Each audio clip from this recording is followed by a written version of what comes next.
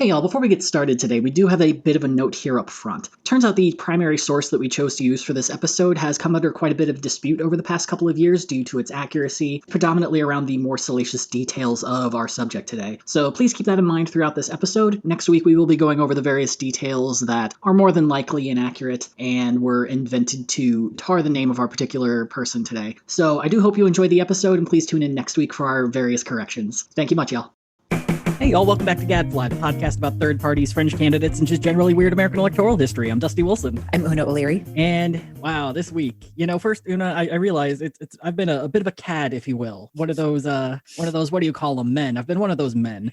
And that I haven't wished you a happy Women's History Month. I haven't given you the opportunity to thank me, the patriarchy, for giving you this. For a month. Congratulations. You done it.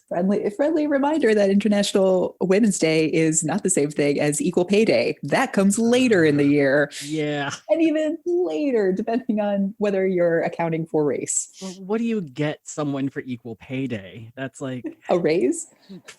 Look, there's cards. But yes, the answer is a raise and or a union and or another raise. Sweet, sweet labor rights. Yeah. Someday. It's almost like these holidays and honorific months don't actually mean anything.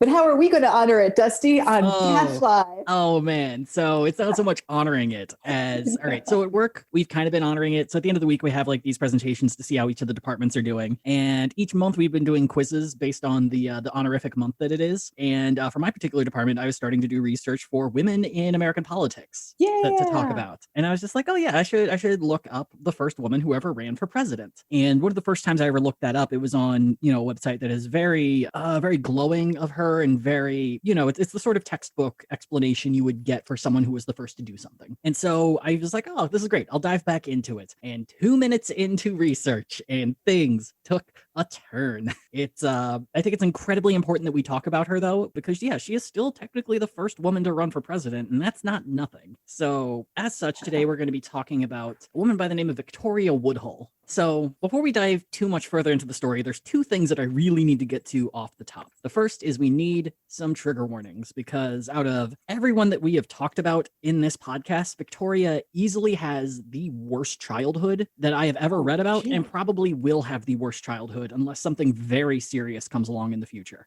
We hope this is the worst childhood. Yeah. We fingers genuinely crossed that it does not get worse than this, but I'm sure it will. But for those of you who have trigger warnings specifically in regards to any sort of familial abuse, whether it be mental, physical, sexual, any sort of things involving incest, sexual assault, any triggers associated to these things, this is not the episode. Next episode talking about it, Victoria, there's going to be plenty to talk about there, and ideally the triggers will be a lot less. But for this one in particular, it is a rough go, and any jokes that we make are definitely not going to be in regards to the terrible childhood that happened, but more so, I believe, what's a good way to put it? It's just like the situation surrounding things. Some of them are just very, very ludicrous. And the stuff that requires a serious look, we're going to be looking at very seriously. And when something ludicrous and ridiculous happens, we're definitely going to take the opportunity to try to give some levity. Yes, those are the marching orders. Yeah. And number two is that a lot of the details of her family life come directly from Victoria. And I'm not going to say she is a complete unreliable narrator, but there are definitely some things that you're going to want to take with a grain of salt. There are some very intense things that I 100% believe happened, mostly because I want to believe that they happened. But there are some things that defy general science that it's just like, okay, we're going to have to couch this a little bit. But I think telling it how Victoria tells it, really, it gives a lot more flavor to who she was as a person. Ooh.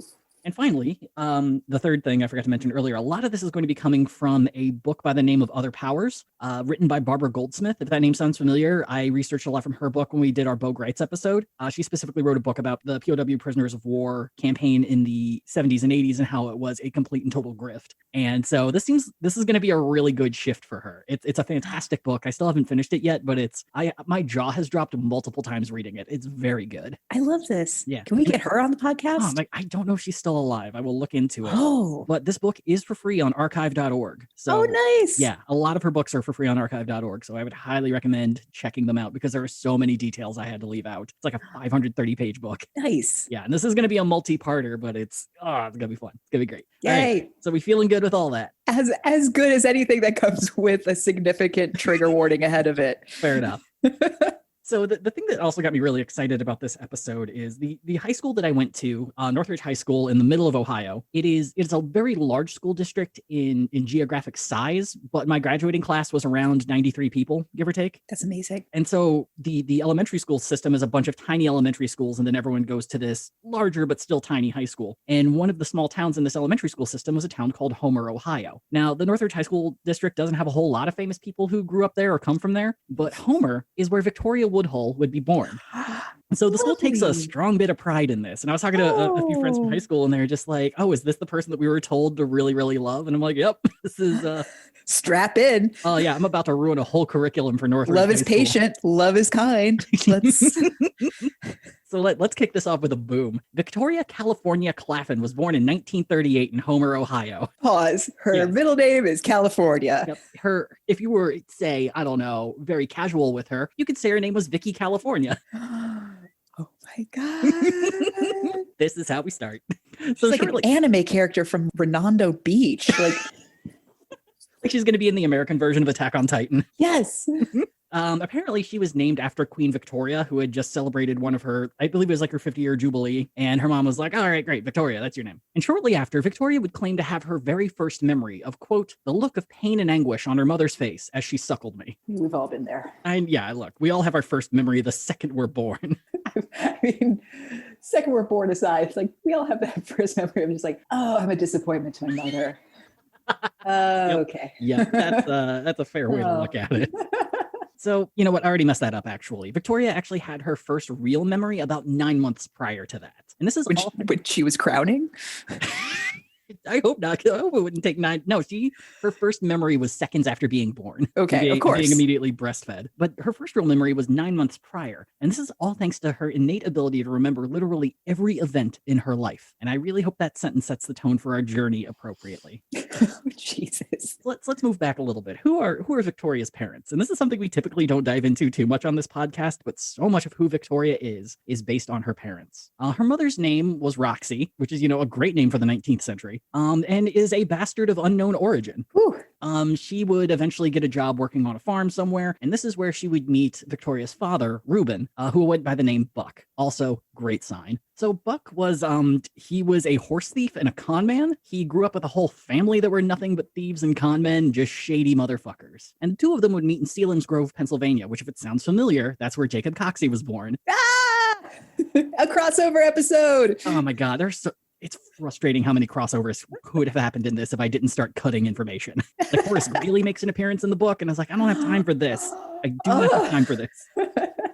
So Roxy and Buck would meet in Selinsgrove, Pennsylvania, at the farm where Roxy was working. Now, the farm where she was working, the guy who owned it saw Buck, a horse thief who was selling horses that whatever paint he had used to disguise the color they were was already washing off. And the guy thought to himself, you're the exact kind of guy I need on this farm. You're going to help me sell racehorses, and we're going to make so much money. And by the way, your room is right next to Roxy's. Have fun. How is this not already like a Netflix miniseries? Oh, this is amazing. Oh, Una. No. Oh, Una. If there is anything aside from the Kevin James Bo Greitz movie we're going to write, we definitely are. I mean, there have been stories that have been written by Victoria Woodhull. There was a musical that came out about her in the 80s, I believe. There was an opera, I believe, in the early 2010s about her. I highly doubt any of them covered any of what we're going to talk about today.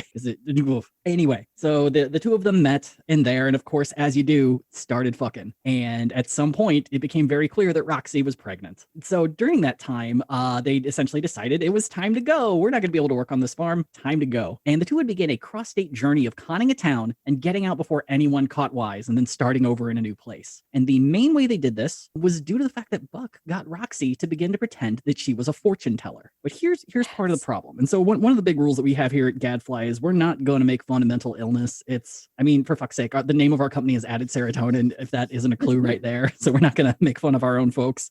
So it needs to be said right out that Roxy very much had an undiagnosed mental illness. Oof. So at first she was essentially told it was a con, and before long she started to believe it. But the problem with this is that the more she believed it, the more guilt she felt. And we're going to get to the reason behind that as to why. So they go town to town across Pennsylvania, and eventually they get enough money that they can afford an abandoned orchard and farm near the small town of Homer, Ohio. And the farm is essentially a rotting orchard, a shitty home, and a grist mill that hadn't been used for years. But they purchased it up and lived there. So Roxy would continue fortune telling during this time, but she would also become so overwhelmed by the guilt of her lies that she would scream the confided sins of her neighbors to the heavens from a nearby hill, during which Buck would write down all of these sins and then use them to blackmail people. What? Yeah. Oh no. Weirdly enough, since, psychology wasn't a thing for at least another 60 to 70 years, fortune tellers kind of started to act a bit like therapists because people would come to them with their problems, but instead of talking it out and asking, oh, but how do you feel? How are we going to work through this? They'll be like, oh, I see that working out just fine. By the way, I'm not noticing a huge difference from like the oracles of Delphi to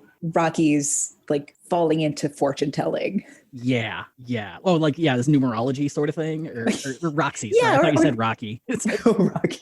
Oh, I mean, sure, numerology, but yeah, just the sense of like you said, like being the slight sense of therapy, like the thinnest patine of therapy back in the day. Well, yeah, and so what happened next that led to the conception of Victoria is it's a bit of a long story in Barbara's book, and it's thoroughly worth reading through. But the essential gist is Goldsmith goes through the sort of sexual repression that so many women were going through at the time, and this is going to be a very strong theme that men could fuck whenever. Mistresses were totally fine, sort of. I mean, if you got caught, then shame on you. But if you were never caught, then no one cares. But it was considered that any woman who had an actual sexual desire was considered to be abnormal and needed surgery. So this was also the time when like hysteria was kind of like a catch-all. This is a bit before hysteria started. Well, yeah, hysteria in women. I was thinking like the vibrator play with the quote unquote cure for hysteria. Like that would come towards the end of the century, and the cure prior to that was female circumcision, essentially. Oh no. Yeah. The book is very dark. But so the general idea is that women had no outlet for their sexual energy, and one of the places where it could freely be expressed in at least a fashion were during tent revivals, where you would get these preachers who were preaching fire and brimstone, and all of these women could actually let out their emotions and let out their energy. And so it was kind of like a conduit, a way to be able to express themselves with as much energy as possible. Yeah, because it's the spirit running through you. It's not you. Exactly. And so it was during one of these tent revivals that Roxy would end up in the throes of ecstasy, where she spun herself into a tongues-fueled delirium. And during this time, Buck would grab her, take her to the back of the revival tent, and rape her in front of the whole congregation. Wait, what? Yep.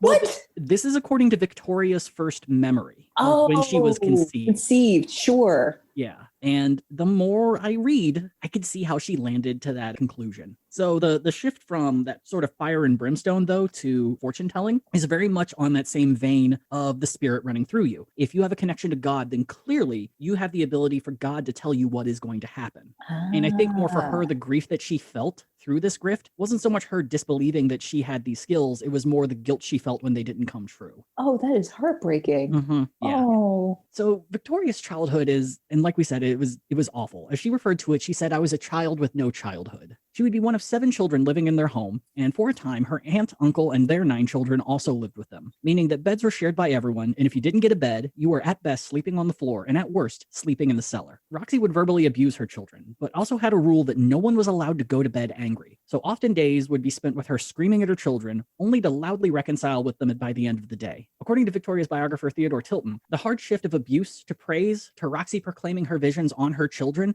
would lead them to humongous emotional breaks, to which Roxy would then hysterically laugh at them. Yeah. Oh, man. And as for her dad, he was his own version of hell, mainly in that he beat and whipped his children daily and without reason. Victoria's older brother was beaten so badly one day that he just up and ran away. When Victoria asked her mother where he went, she said he was working on the railroad, probably in heaven. Oh, Lord. Yeah, you got a job in heaven where they have to build railroads. It's like when it's like if someone's parent is like, "Hey, where'd Fido go?" It's like, "Oh, he's on a farm upstate, dead." Yeah. Dead it upstate. Feels like one of those things where she was like trying to ease the ball on this, and then out of nowhere it was just like, you know what, fuck this kid. Your brother's dead. He's in a heaven upstate. You forgot where to stop, so you kept going. Exactly. Yeah. You don't have to yes and yourself. Just fucking stop at a point, Roxy. Come on.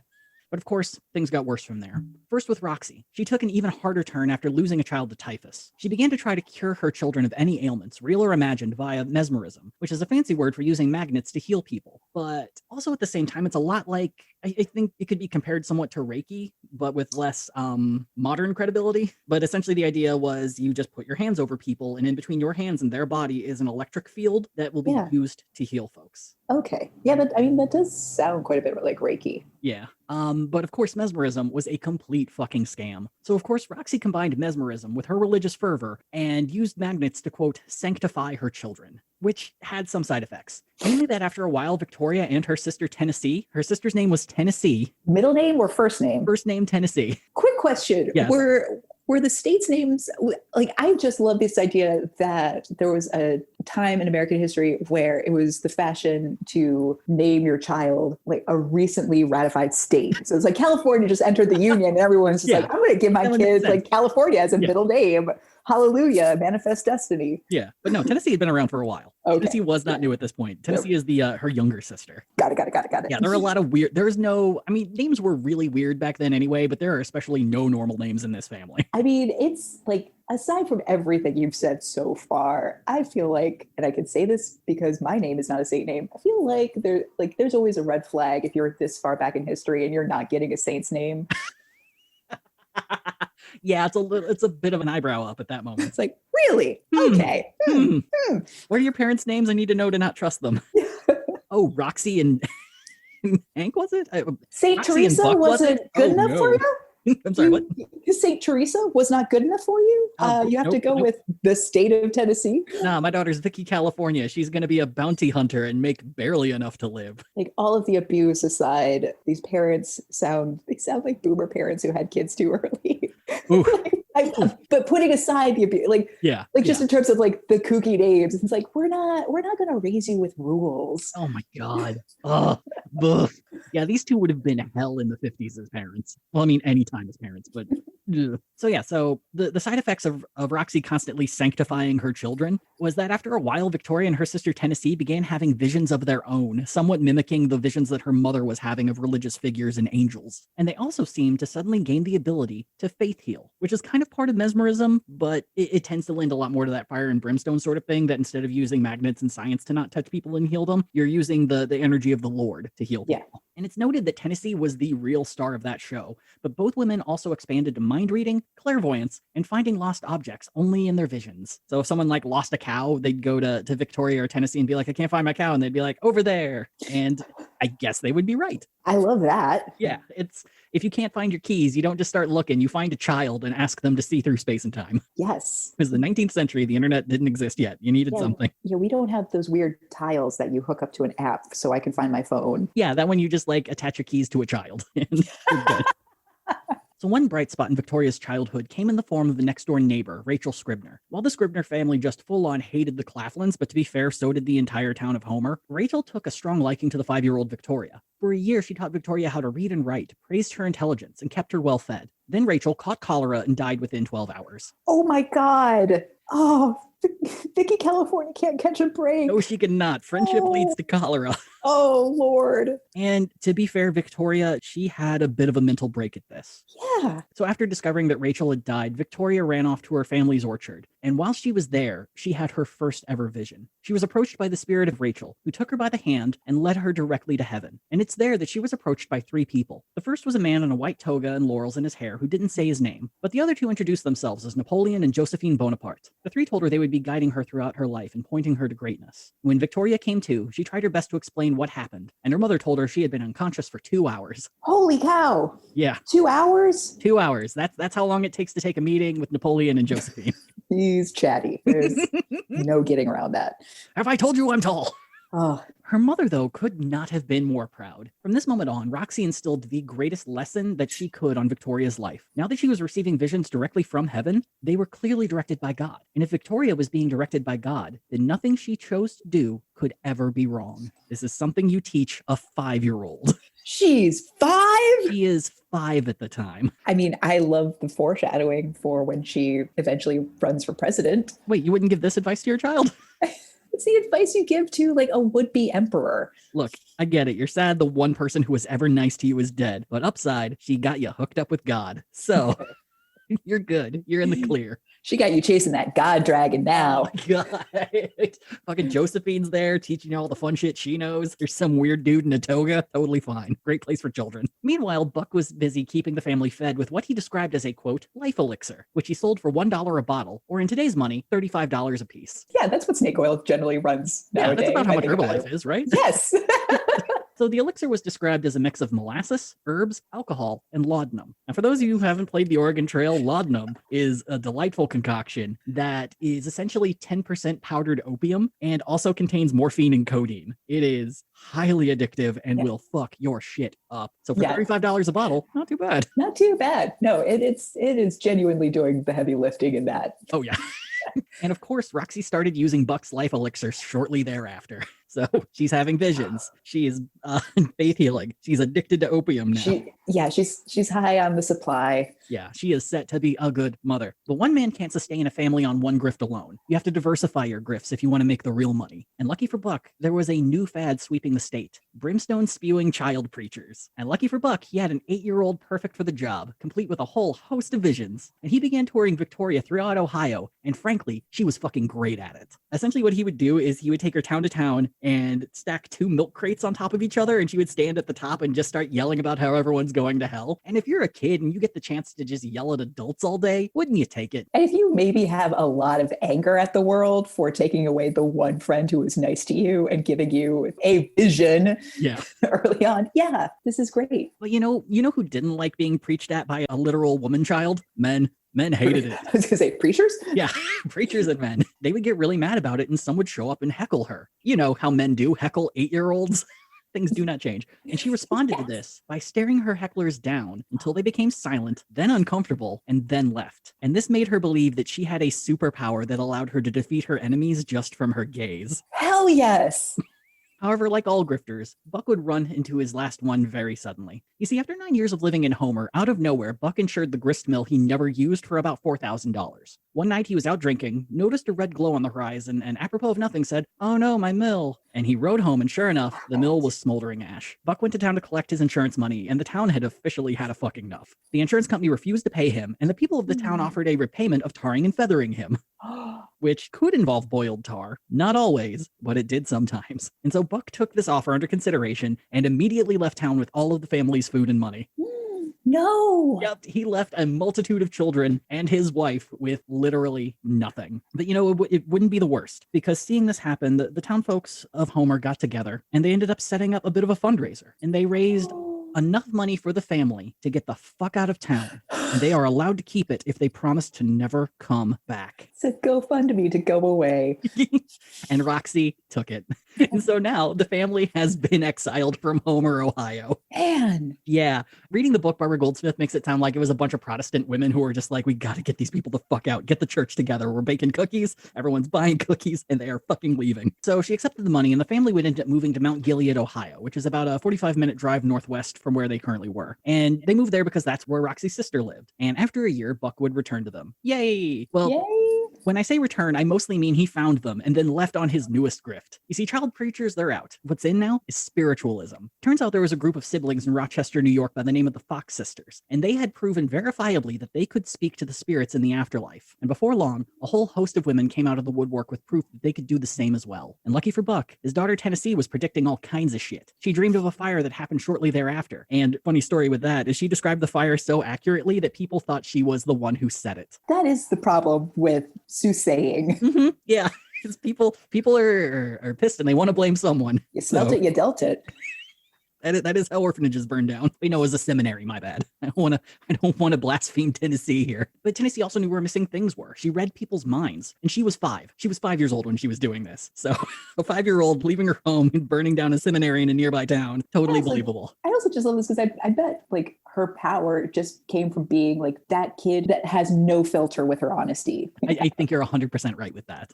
So Buck took a pile of cash and bought the fanciest wagon he could to take little Tennessee on the road as a child oracle. And as a duo, they did pretty well. But if you want to get as big as the Fox sisters, then you need at least 3 kids on the team, minimum. So Buck returned to Mount Gilead and picked up Victoria, as well as his other daughter, Utica, for the revamped show. But Utica, turns out, really has no charisma or interest in grifting. She's just kind of described as just really reserved and just doesn't want to be involved. So instead of being involved in the show, Buck would have her sell the life elixir to whoever was there. The downside, though, is he would also have Utica help Roxy make the life elixir. And, well, Utica started tasting it, and now she's addicted to opium. No. Sorry. Little Utica. Sorry your parents named you after a town in upstate New York. Oh, even worse. It's a town down the street from Homer, Ohio. Oh, they would claim they didn't lazy. Name her after it. Yeah, the bullshit. The best town in Licking County, Ohio. No, you have 6 kids. By the 6th one, you're like, I don't know, tea kettle. Like the first thing you look at, just put it on this birth certificate.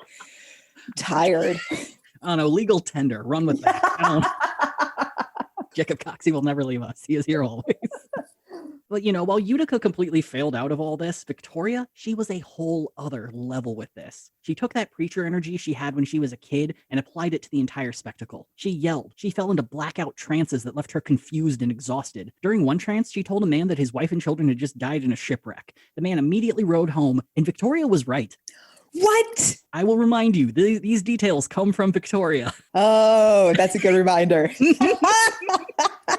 I want to believe it, and I keep it because I want it to be real so bad. Yeah. But duly noted. And Buck, well, to get his daughters as delirious as possible, to be as oracly as possible, he'd just starve them for a few days before a show. Again, this is just like ancient Greece culting. That's 100%. Like all it was. Look, you want to give yourself to goddess of Athena? Yeah, you fast for a couple days and then you go into some dark cave, probably sweat a bunch, and you're just like, oh my God, I see her. And everyone's like, yeah, now we've all seen her. Now we're a part of something. It's just amazing. Yeah. Oh man, it used to be so much simpler. I think the Oracle of Delphi was near like some gaseous. Yeah, it's like a sulfur pit. Yeah, these kids were on a lot of them. So Victoria would live this life for 5 years, falling into fits of delirium and hallucinations along the way. And by the time she was 14, her health and mind were completely failing her. Victoria regularly held conversations with 2 of her dead sisters and stated that angels constantly came and went from her bedside. Eventually, her sickness started costing Buck money, so he finally consulted a local doctor. And that doctor would be a womanizing drunk by the name of Canning Woodhull. Canning was 28, and when he walked into the room of the trembling and malnourished Victoria, he instantly, quote-unquote, fell in love. Boo! He prescribed a regimen for Victoria's recovery, which was literally give her some food, take her to school, have her walk outside. Top doctoring. You had to pay $2 for that basic information. What do you mean starving my daughters isn't good for their long-term health? I have a grift to run, sir. Wait, just remember, how old is Victoria at this point? At this point, she is 14. Ugh. And weirdly enough, Canning's recommendation actually brought her back into proper health. And being the good pediatrician he was, he immediately asked her out on a date to a 4th of July picnic. Yeah, there will be other people around. It won't be weird. Yeah, there'll be other people around who somehow won't judge you. It's just a casual hang. Look, it'll be great. We'll have some ham. I'll drink some laudanum. It'll be fine. And Victoria would go out with him, and I guess as was tradition, he proposed at the end of the date. And in a very weird case of a good call for her parents, they vehemently refused his proposal for the worst reasons possible. Because she's the moneymaker? 100%, yeah. Buck did not want to lose his moneymaker. This is his golden ticket. Hell no. 4 months later, though, Victoria would elope with Canning. In her own words, quote, "My marriage was an escape." 100%. And hence began a new, but at least marginally better health for Victoria. Yay! Small improvements. It's not like her brain's still forming. As if adolescence isn't bad enough. Look, oh my God. I mean, I guess she doesn't have to, she was barely going to school to begin with. So, it's not like she has to worry about high school. And I'm sure high school then was very different. Yeah. Yeah, I was reading a bit about when she was in school. And of course, all the kids made fun of her because her clothes were dirty and she didn't bathe that much. But she also is just like, God tells me what to do. So what do I care what the fuck you people say? She's got a death stare. Like they got nothing on her. Yeah. Honestly, if you heckled an 8-year-old and their response was a silent glare, I don't know anyone who wouldn't recoil from that. Especially if you're the kind of person to heckle an 8-year-old. At church. So the marriage would be about as unhappy as one would expect, when a 28-year-old marries a 15-year-old. Victoria would claim that after their third night of marriage, Canning would never return to sleep with her at the same time in the same bed. Instead, he would spend the night at the local brothel, which could not have been cheap, because I'm wondering, is there a monthly rate if you're there every single day? But, if you're making money off of this guy on such a regular basis, there better not be a monthly rate. You better be fucking booking this dude. Is this iTunes or is this Spotify? Like, what are we talking about?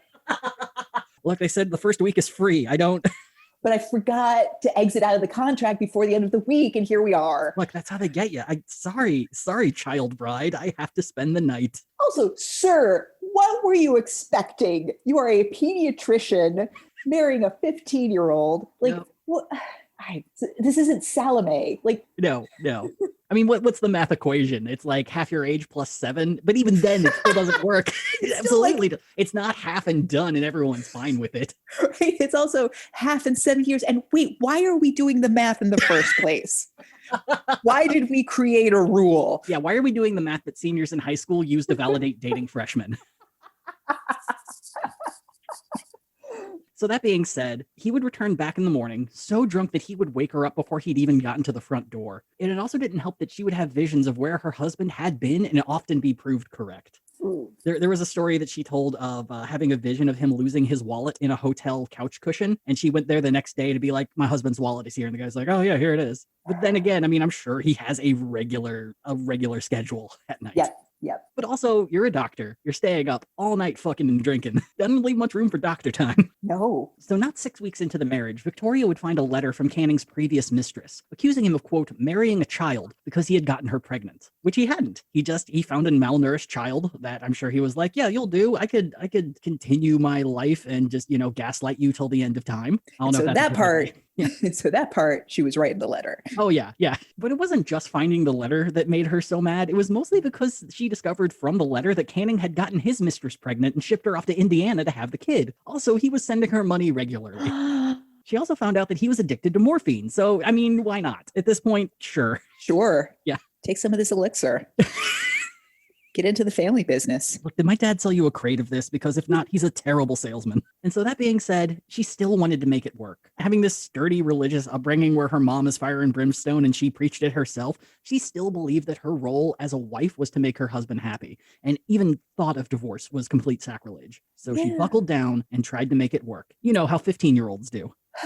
The other thing that was really pushing her is that Canning, while a complete decided prick, was still nicer to her than her parents were. It was still a step up. Right. Because at least when he wasn't drunk and high on morphine, he actually had, according to her, a kindness that she was not familiar with. Just heartbreaking because it was probably just like okay kindness. Oh yeah, I'm sure it was just like lazy. Like he gave her a blanket once and that was right. Yeah. Apathy would be a step up. Yeah. And he hadn't died of cholera, so everything's looking good so far. Clearly God has approved this one, so great. So in 1954, the pair would end up moving to Chicago, and Victoria would find herself pregnant. She would give birth to a son, and Canning immediately ghosted. Like the second the baby was born, he left the room and did not come back. And as Victoria lay in bed, a neighbor came by to help her care for her son. Victoria fell into a delirium, dying from complications of her pregnancy. And on the third day of her illness, Roxy showed up out of nowhere, claiming that spirits had told her to come to her daughter as soon as possible. And minutes after that, Canning came back, more drunk than when he had left. And slowly through the help of Roxy and maybe Canning, who fucking knows, Victoria came back to health and her son survived. And she would name him Byron after the poet. But there would be a bit of a complication, mainly in that Byron had a severe mental disability.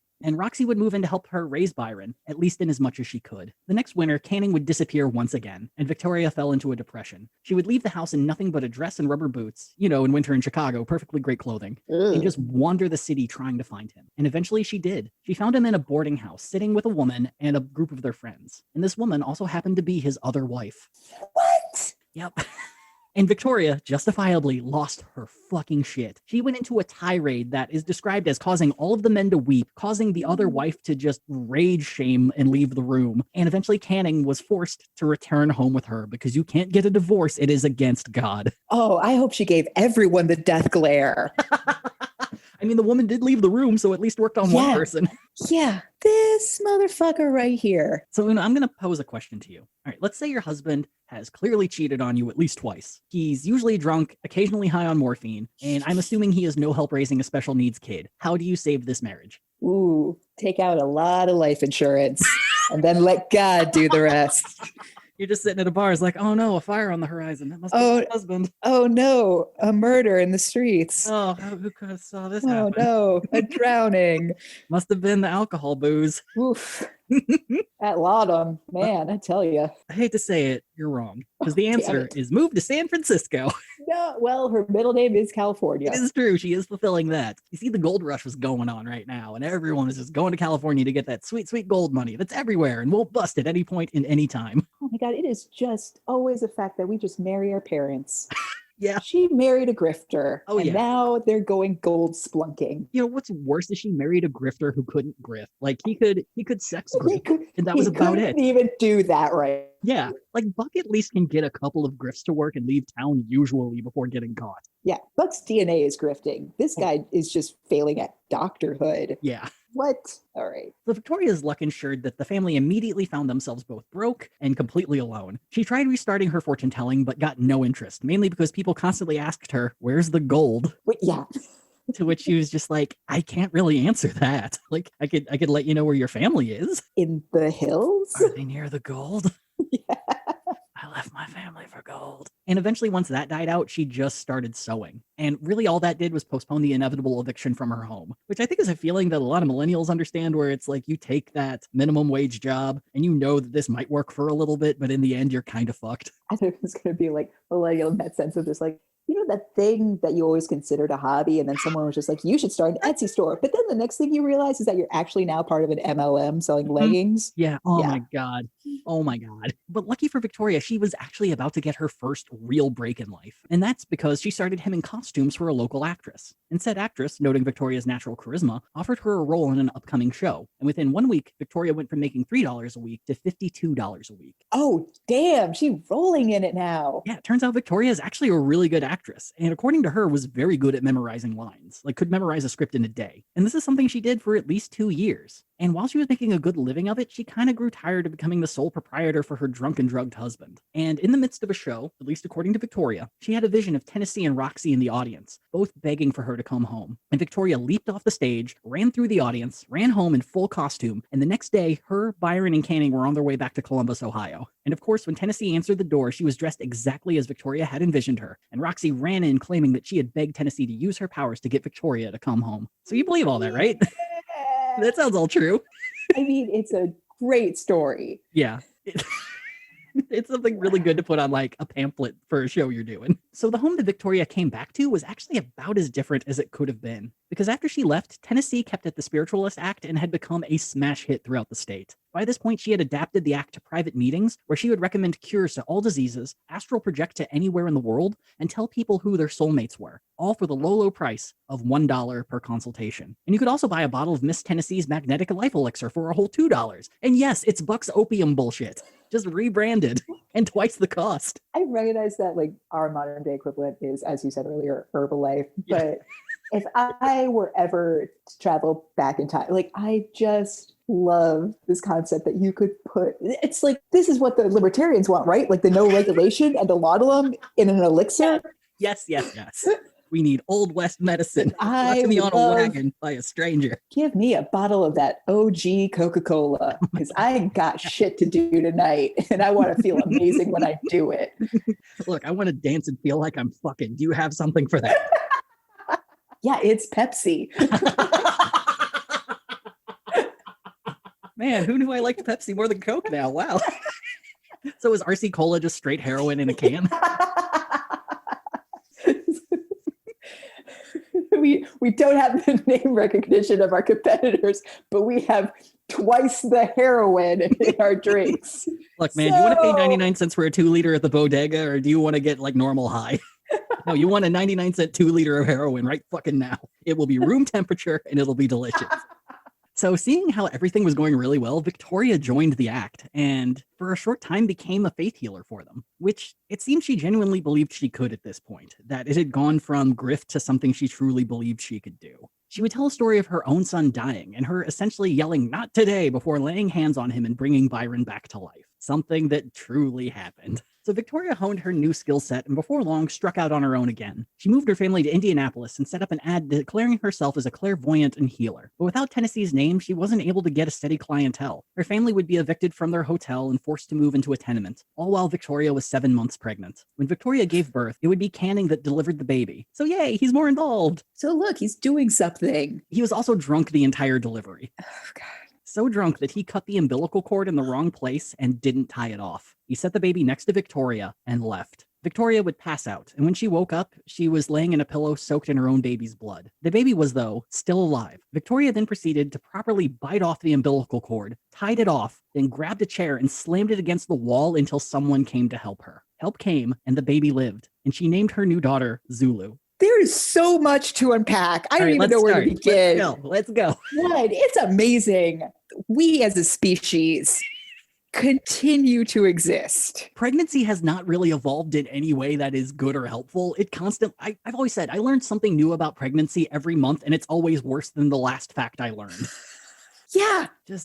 It blows my mind how it shouldn't ever work, and yet somehow it still does enough of the time. It's mind-blowing. Enough of the time. Yes, exactly. Like at this point, I want to vote for Victoria for president. Like she gets shit done. Yeah, like I believe every second of this story. No irony whatsoever. I believe she fucking did this because I believe Canning would just be like, "All right, baby's done. I'll see you in a week."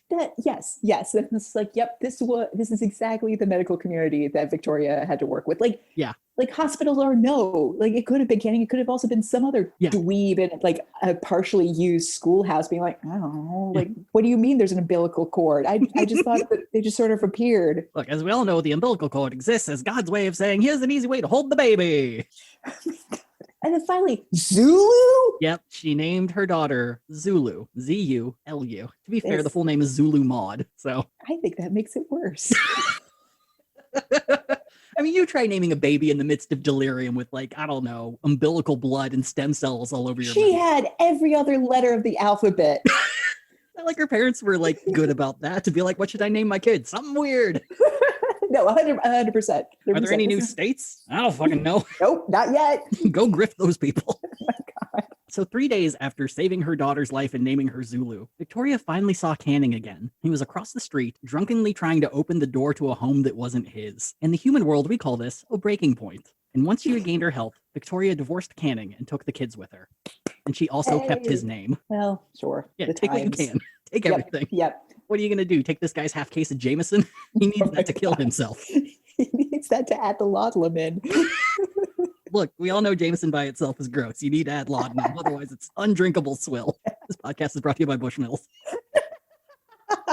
But where did she end up taking them? Well, where else but the thriving city of Ottawa, Illinois. Turns out that while the Civil War was raging on, Buck had pinpointed the #1 killer of Americans, cancer. And by God, Buck was going to cure it or become foolishly rich while pretending to try. Buck rebranded himself as Dr. Reuben B. Claflin and set up a clinical practice at the Fox River House Hotel. He declared himself the American King of Cancers and promised that anyone, so long as they followed his instructions, would be cured of all cancers in 48 hours. Buck's clinic became so popular that he rented out the whole hotel for his entire direct family to live in. Wow. Yeah. So the crux of the cure was a salve that would be applied to the affected regions. Roxy and Utica were in charge of making it, which was a combination of sheep's fat, lye, and fanciful scents. Tennessee, being the most famous of the family, would apply the salve, so at least you have like a faith healer applying the salve to you. And after applying the salve, most people screamed like they had never felt this much pain in their lives. Yeah, so, if anyone's gotten their hair bleached, you kind of know. Yeah, anyone who's seen Fight Club, and the scene where lye gets poured on Edward Norton's hand, it causes a chemical reaction that causes your skin to burn. And there was so much lye within the salve that it had been noted to be able to peel paint off of wood.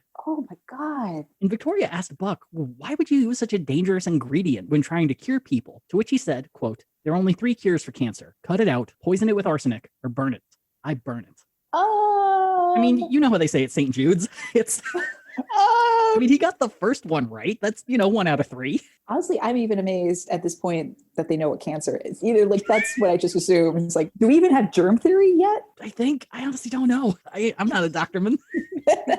I don't just think like, so. Buck, don't pee on my leg and tell me it's raining. You put the lie in so that the patient feels like something is happening. 100 and walks away feeling like you did something. Yeah. Anything good in life is going to be born out of pain, or at least if you're living that sort of hard scrabble, wake up at the sun, go to bed when the sun's down, and only sleep because your bones are so tired you can't stay awake. Yep, that screaming is just the devil coming out of you. 100%. And despite his cure burning the ever-loving hell out of people, newspapers were filled with ads proclaiming success via former patients. And of course, it being Buck Claflin, the reason behind these quotes are worse than you would guess. So all of the quotes talking about how good of a job he did, the names under them were actual patients of his. However, they happened to mostly be women who had suffered from breast cancer, and it being the time where even saying the word breast was taboo enough, stating that you had breast cancer would be such a societal destroyer that if someone was like, oh, how do you know he's lying about it? You couldn't say, well, I went there to have my breast cancer treated. So essentially he picked people who he knew would never say a fucking thing. Oh,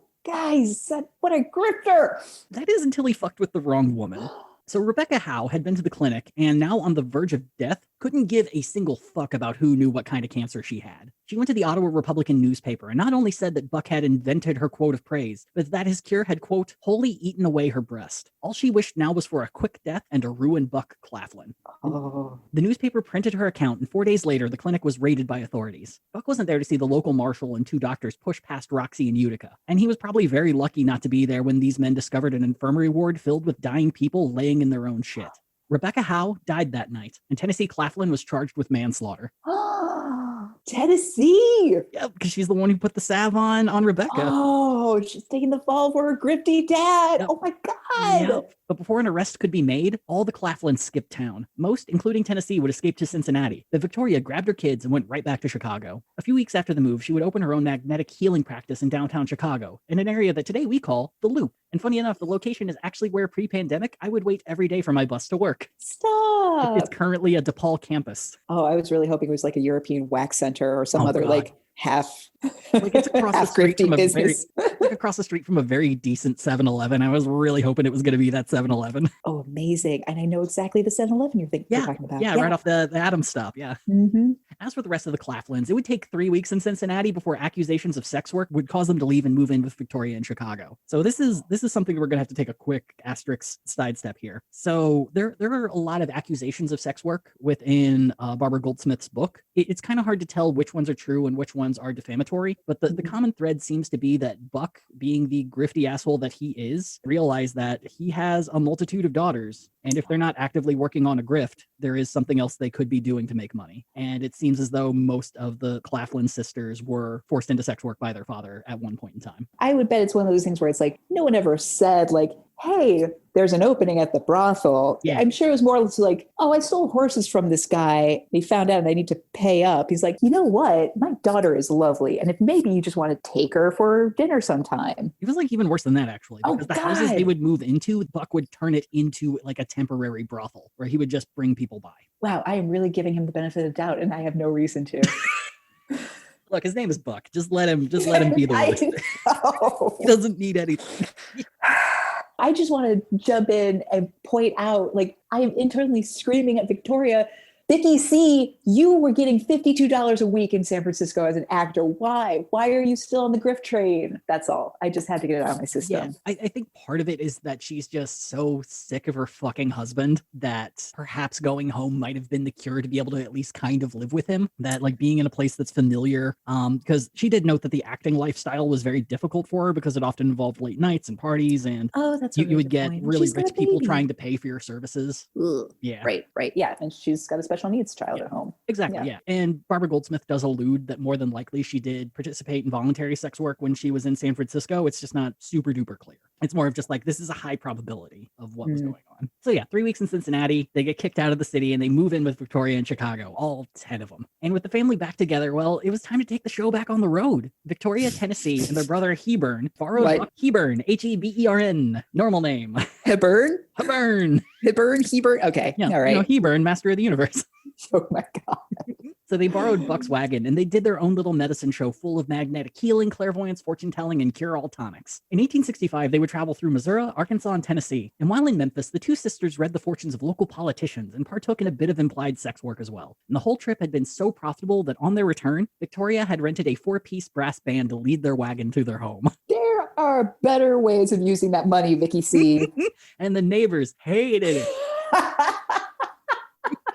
Look, if there is any running theme here, it is that the Claflins cannot get along with their neighbors. And with all this fortune and damn near her whole family living in her home, Victoria got a message from the spirits. She was to go to St. Louis. So at the age of 28, she abandoned her home, her children, and moved to St. Louis in the fall of 1865. And once again, she opened a center for magnetic healing and changed her name to Madame Holland. And it would be here that she would meet her second husband, Colonel James Harvey Blood. Prior to the Civil War, James was the city auditor of St. Louis, but more importantly, was the president of the St. Louis Railroad Company. He would enlist in the Civil War on the Union side in 1862, then proceed to be shot once in the right shoulder, once in the right arm, wounded in the left hand, and then shot twice in his left leg at 4 separate battles. The last wounding he got in his left leg, he was in line to get things removed, but so many people had gotten shot and injured that they were just amputating left and right. And so he got out of line, went back to his tent, grabbed a bottle of whiskey, poured it over the wounds, and then used a hunting knife to dig out the bullets. That's awesome. Yeah. Look, if there is anyone badass enough to be with Victoria. Yes, exactly. It's this guy. They could share some fucking stories. Yes. How about you provide for our Vicky C? Yeah. You take that hunting knife and you get her a turkey. Yeah, Colonel Blood in Vicky, California. Yeah. Oh my God. And so, yeah, this last injury would cause him to no longer be able to fight. And he would return to St. Louis a hero, but the war had definitively hurt his mind. He was suffering from very severe PTSD. And part of the comfort that he found was through spiritualism. He would end up founding the local Society of Spiritualists and would claim that he often talked to his fellow soldiers who had died in battle. Again, early forms of therapy. Mm-hmm. So it only makes sense that one day the colonel would find himself in Victoria's parlor for guidance. Victoria claims that when she saw him, she fell into an immediate trance and proclaimed that their lives were destined to be intertwined. And when she came to, the two of them were psychically connected, which had to be a real bummer for Colonel Blood's wife, who was not only sitting next to them during this whole ordeal, but was the whole reason that they were there in the first place. Oh, this is so awkward. Colonel Blood would begin to visit Victoria on his own time for the following months. And then James just up and left everything. His wife, his kids, his home, his $3,700 in debt. And he just eloped with Victoria to the Ozarks in a brand new medicine show. He literally jumped on the bandwagon? Yes, he literally jumped right on that grift wagon. Oh. But it's not the old one. This ain't Buck's wagon. This is a new wagon that, according to Barbara, looks exactly like Buck's wagon. So the two would bill themselves as Dr. and Mrs. James Harvey and ran a con that was a mix of faith healing, fortune telling, and therapy. Now, I don't know if they believed it was a con. I'm pretty sure James Blood probably believed he was doing the right thing, but I'm pretty sure Vicky was like partially like, this is a con, and partially I talk to God. But lucky for Victoria, James wasn't the complete worst. When he got enough money, he actually returned to St. Louis, got an official divorce, gave all of his possessions to his now ex-wife, and paid off his debt in full. And then he fucked right back off with Victoria. Fine, but like get the divorce, make sure your ex-wife is set up because it's 1865 and she has no legal recourses otherwise. Yeah, it was probably a very shitty 3 months. Oh God, that is scary. Yeah, where's Dad? I don't know. On the railroad in heaven. I don't know. But I can not get a line of credit, so... Do you have $3,700, child?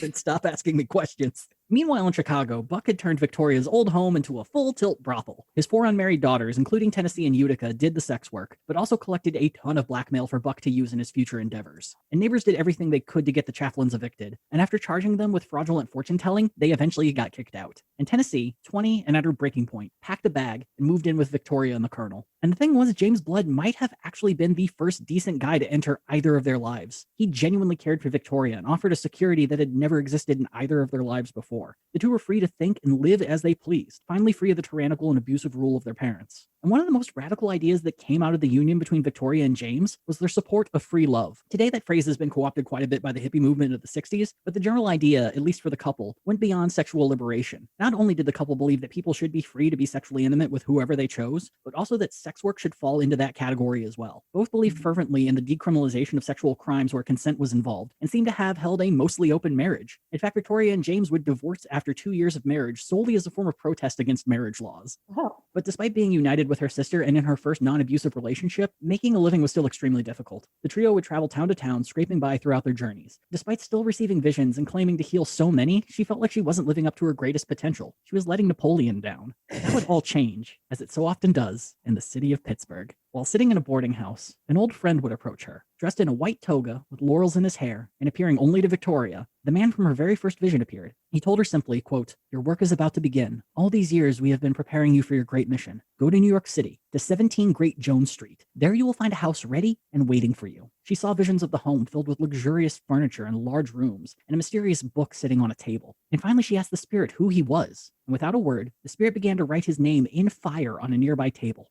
And that name, would you like to guess, Una? Kentucky. Oh my god, that'd be amazing. Demosthenes. Una, why are you sighing? Can't take any more of this. Wasting no time, Victoria, Tennessee, and the Colonel made their way to Manhattan. Upon arrival, Victoria knocked on the door of 17 Great Jones Street, waited, and were greeted by a kindly old woman who simply said, "Oh, you must be here about the rooms." The interior of the house looked exactly as the vision had shown, but most importantly, sitting on a nearby table was a book with gold leaf lettering that simply said, "The Orations of Demosthenes." And it was in this moment that Victoria would begin the work that she is most known for today. And we're going to talk about that next time. Oh my god.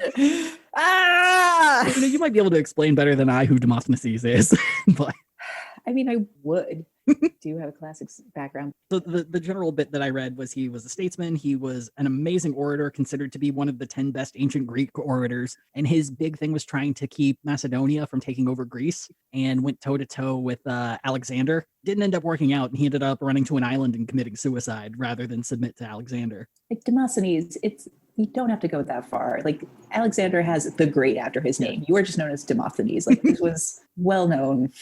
Hey, Alex, I hate to chat and run, but there's a weird woman in the 19th century who needs me. Bye. Yeah, so after that roller coaster of a time, what are you thinking? What's Honestly, Vicky C sounds like a super, like a terrible concentrated version of millennial struggles. She had hippie parents who did nothing for her, and she's just trying to keep rent coming in for her apartment.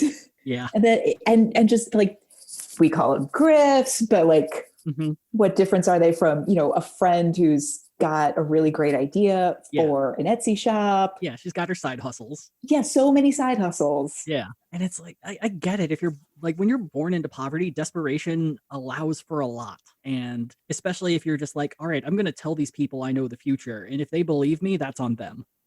And that's a you problem after I've left town with your money. Yeah. And yeah, and it's just death stare. The thing that sucks is like I keep going back and forth whether or not she believes she has these powers, or if she is in on the grift, or if she used to be on the grift and has, like her mother, begun to believe that she has these powers. It's really hard to tell what's reality and what's branding with her. Yeah. Like I realize, as you accurately stated, like much of this information is coming from her word of mouth. And that said, though, it's one of those times where I'm just like, damn, I wish I had visions.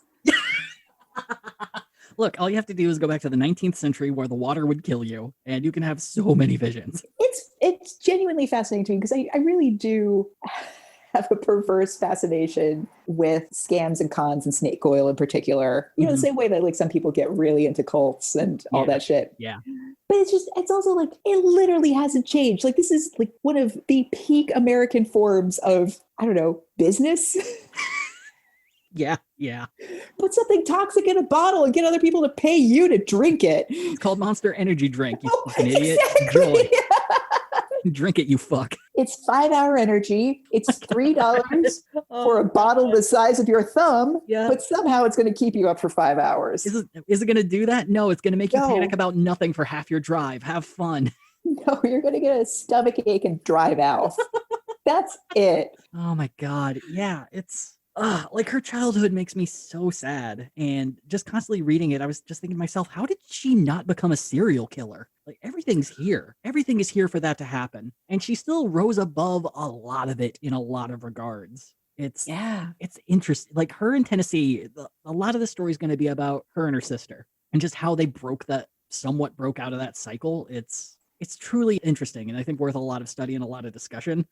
We are going to hit onto some subjects that make me say without hesitation that Victoria Woodhull is a shitty person, and we'll get to that point. But we could still respect her, I think, yes, for biting the umbilical cord and saving her weirdly named daughter.